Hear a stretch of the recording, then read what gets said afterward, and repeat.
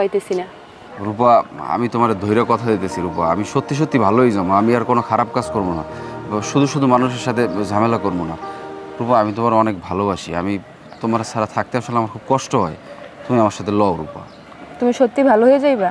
সত্যি আমি ভালো হবো রূপা। তুমি ভালো হয়ে গেলে তোমার সাথে আমিও থাকো। সত্যি তুমি আমার সাথে যাবা? তুমি যে আজ দূরে নিয়ে বাইরে এলে না বাড়িতে ঘটনা? ওই ওই সামনের দোকানে টাকা পাই এখন বাচ্চাই। রূপা, এই তুমি ব্যাগলে কই যাইতেছো? ভাইজান, আমি আর এখানে থাকুম না, আমি আমার স্বামীর লগে যাবো। ওকে, তুমি আমাকে তুই আজ চলে যাবা? হ্যাঁ, এটা কোনো কথা কও? আমাকে সেই তোমার স্বামী বেশি আপন হয়ে গেছে, আমরা কি কেউ না? এটা কোনো কথা কও দিন? বুঝলাম না, মাথায় বাড়ি খাইলো অন্যরা আর উল্টাপাল্টা কথা বলতেছেন আপনি। আপনাকে চাইতে আমার স্বামী বেশি আপন। আচ্ছা, সেটা নাইলে মানলাম, আমাকে চাইতে তোমার স্বামী তোমার দ্বারা অনেক বড়, কিন্তু তোমার স্বামী তো একটা গুন্ডা, তুমি আমাকে সেই গুন্ডাটাদের যাওয়া কি উচিত হইবে? না না, একদম না। সে আমার কথা দিছে, সে আর গুন্ডামি মাস্তানি করবো না, সে কাম কাজ করবো। যাইতে যেহেতু চাও, তোমার তো আর জোর করে রাখতে পারবো না, যাও।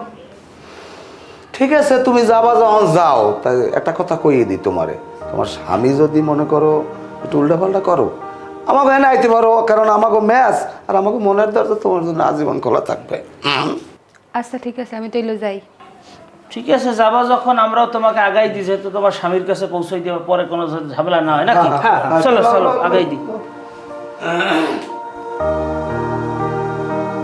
বাইরে আপনাকে আমি মারছি, এটা আমার উচিত হয় না, আমার এটা অন্যায় হয়েছে, আপনারা আমারে মাফ করে দিয়েন, মনে কোনো কষ্ট রাখেন না। না, আমরা মনে কোনো কষ্ট পাই নাই তো, খালি ব্যথা পাইছি এই হাতে আর এই মাথায় পিঠে ফুটে নাকি। না ভাই, তারপরও আপনাদেরকে তো আমি কুত্তর মতো পিড়াইছি, আপনারা আসলে ভদ্রলোক, আপনাদেরকে আমার কুত্তর মতো পিড়ে নিয়ে এটা উচিত হয় না। আপনারা ভাই আমার মাফ করে দিয়েন। দোষটা আমারও আছে, মাফ করে দিলাম। আপনাকে ভাই ধন্যবাদ, আপনারা আমাকে লাগে দোয়া করেন, আমরা চলে যাই, আমরা যাতে সুখে শান্তিতে সংসার করতে পারি, এই দোয়াটা আপনারা আমাকে লাগে করেন ভাই। যাও, দোয়া করে দিলাম, খাওয়া খরচ করি। এটা আপনি কেমন কথা কইলেন ভাই? আপনি তো মনে হয় বড় দোয়া করলেন, আপনি তো দোয়া করেন না। না, দোয়াই তো করছি, দোয়া করছি না। যাও, আল্লাহ তোমাকে ভালো রাখো। ঠিক আছে, তাই ভালো থাকেন, আমরা গেলাম। রূপা লও, তাই ভালো থাকেন, আল্লাহ হাফেজ। চলে গেল আমার তিনটা পাখিরা, চলে গেল। যাই হোক, এখন তোমাকে নামে আমি কিন্তু অনেক খারাপ কথা রূপার দ্বারে কইছি। ওই কাশেম বাড়ির কইছি হের খারাপ চরিত্র, হে লুচ্চা, হের পর এই বাসুর নামে বলছি হে গরু চোর, তারপর তোমার নামে বলছি তোমার আরও খারাপ খারাপ সমস্যা আছে, বদভ্যাস আছে। যাই হোক, দীর্ঘদিন একসাথে রয়েছি, মনে কষ্ট যদি পাই থাও, আমারে মাফ করে দিও আল্লাহর রাস্তায়। তোমাদের সাথে একসাথে আবার থাকতে চাই।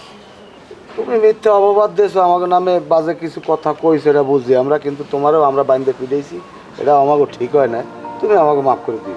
আসলে কাশেম ভাই, তোমারও আমরা গামছা দিয়ে বাইন্দে ফিরেছি, এটা আমাকে উচিত হয় না, আমাকে মাফ করে দিও। একটা মেয়ের জন্য আমরা একজনের শত্রু হয়ে গেলাম, আসলে কামটা আমরা ঠিক করি না। মূল কথা হচ্ছে যে আমরা কাম কাজের লেগে এসে এত দূর শহরে পড়ে রয়েছি, ঢাকার শহরে, আমরা পরিবার পরিজন থেকে এখানে থাকি। এখন যদি নিজেদের মধ্যে মিল মহব্বত না থাকে তো হইবে না, আমাকে সবার মিলেমিশে থাকতে হইবে। কি করেন কাশেম ভাই?